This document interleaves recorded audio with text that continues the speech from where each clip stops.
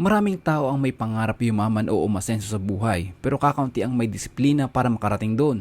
Sa panahon ngayon, parang tinuturoan tayo ng mundo na kapag gusto mong maging successful, kailangan mo itong ipakita agad. Kailangan may bagong gamit, bagong kotse, bagong travel at bagong lifestyle. Kapag tahimik ka, parang iniisip ng iba na wala kang nararating. Pero ang totoo, marami sa tunay na yumaman ay dumaan muna sa isang yugto ng buhay na halos walang nakakapansin sa kanila.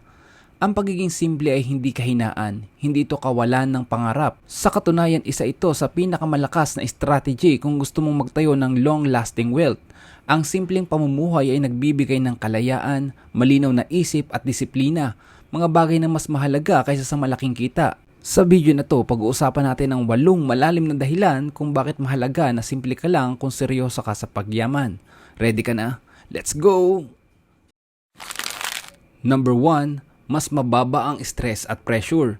Kapag simple ang pamumuhay mo, automatic na mas mababa ang stress at pressure sa buhay. Hindi ka nagigising araw-araw na iniisip kung paano masusustain ang lifestyle na ipinapakita mo sa iba. Wala kang iniintinding hulugan na lampas sa kakayahan mo. Wala kang takot na baka isang buwan ka lang mawalan ng kita ay guguho na ang mundo mo. Ang pagiging simple ay nagbibigay ng breathing room, isang space kung saan pwedeng magkamali, mag-isip at magdesisyon ng hindi nagmamadali. Ang stress ang isa sa pinakamalaking kalaban ng tamang pagdidesisyon sa pera. Kapag pressured ka, nagiging impulsive ka. Kapag impulsive ka, mas madalas ka nagkakamali. Ngunit kapag simple ang buhay mo, kalmado ang isip mo. Kapag kalmado ang isip mo, mas malinaw ang direksyon mo. Ang taong hindi stress ay mas may kakayahang magplano ng pangmatagalan. At ang pangmatagalang pag-iisip ang tunay na pundasyon ng yaman. Number 2, mas napipili mo ang tunay na tao. Ang pagiging simple ay parang natural filter sa mga taong nakapaligid sa'yo. Kapag wala kang pinapakitang kayamanan, kusang nawawala ang mga taong nandyan lang dahil may makukuha sila sa'yo. Ang natitira ay mga taong tunay na sumusuporta kahit wala kang maipakita o maipagyabang. Ito ay napakahalaga dahil ang maling tao sa paligid ay madalas humihila pababa sa financial journey ng isang tao.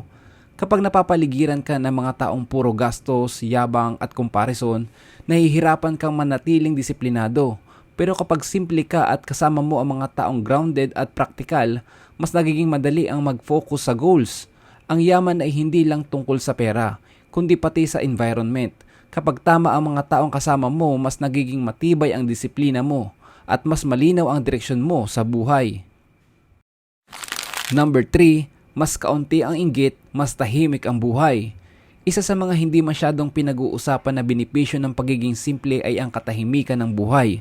Kapag hindi ka lantad, hindi ka sentro ng inggit, chismis at negatibong usapan. Kapag tahimik ka, mas kaunti ang nakikialam, mas kaunti ang humuhusga at mas kakaunti ang humihila pababa. Ang katahimikan ay nagbibigay ng proteksyon sa focus at energy mo. Ang pagyaman ay isang mahabang proseso na nangangailangan ng concentration. Kapag palagi kang may iniisip na opinyon ng iba, mabilis kang mapapagod. Pero kapag simple ka at hindi ka naghahanap ng validation, mas tumitibay ang loob mo.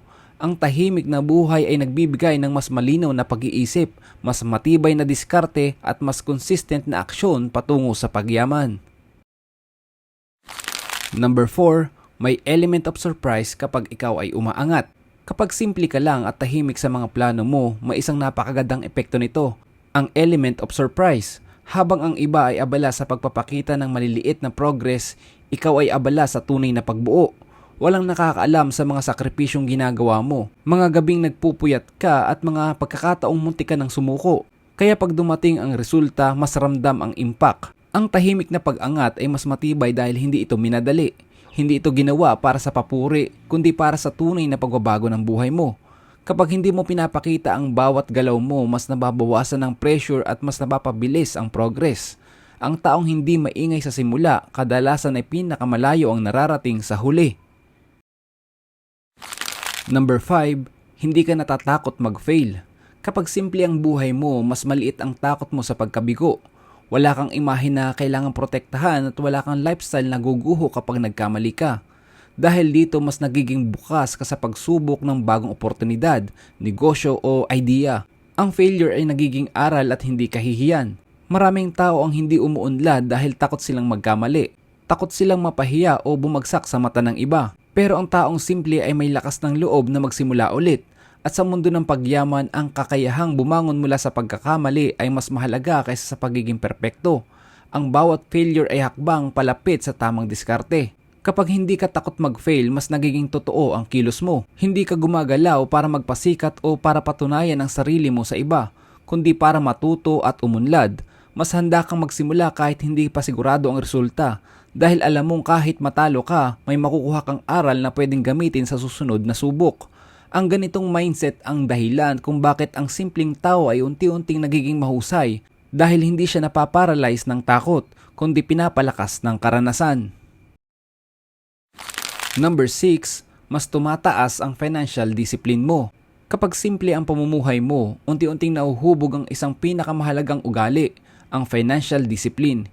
Hindi ito yung disiplina na pilit mong ginagawa dahil may rules o payo ng iba, kundi disiplina na natural na nabubuo dahil alam mo ang limitasyon mo.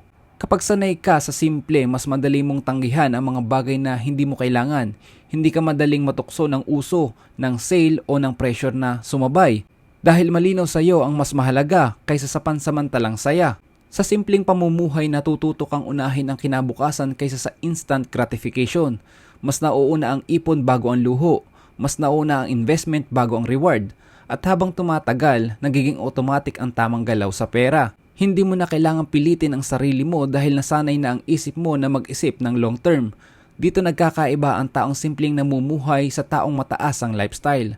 Ang una ay nag-iipon ng lakas habang ang huli ay nauubos sa kahahabol. For example, sa akin may nagsasabi na mag-travel naman kayo.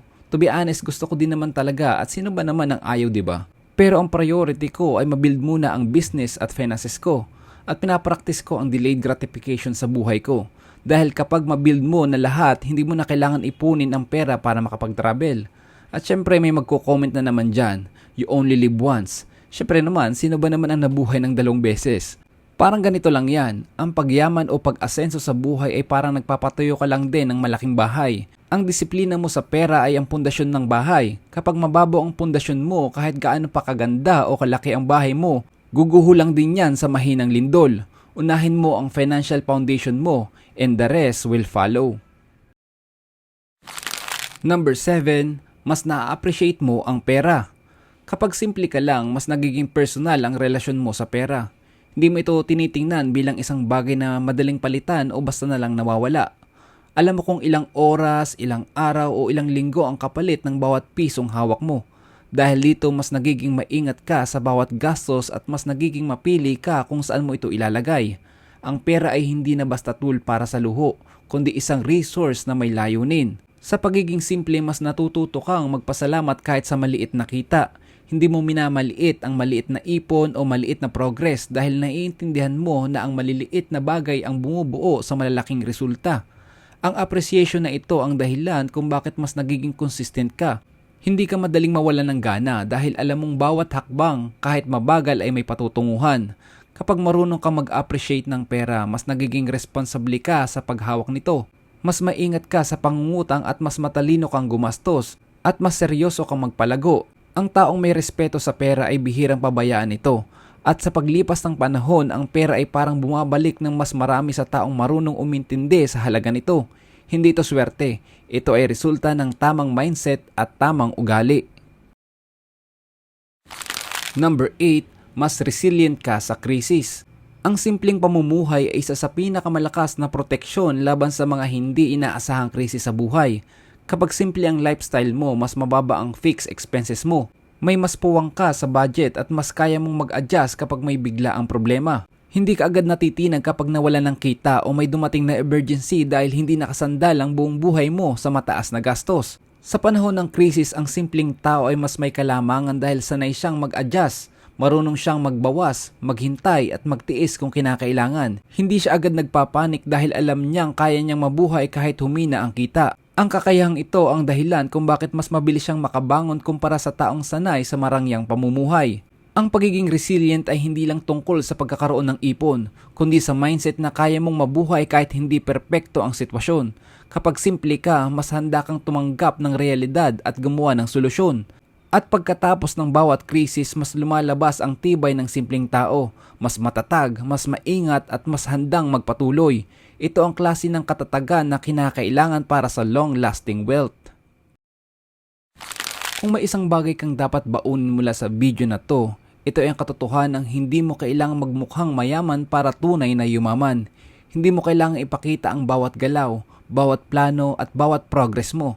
Minsan ang pinakamatalinong diskarte ay ang manahimik, mag-focus at magpatuloy kahit walang pumapalakpak. Kung ikaw ay nasa simula pa lang ng journey mo, huwag mong maliitin ang simpleng hakbang na ginagawa mo ngayon. Ang bawat tipid, bawat aral at bawat disiplina ay may bunga.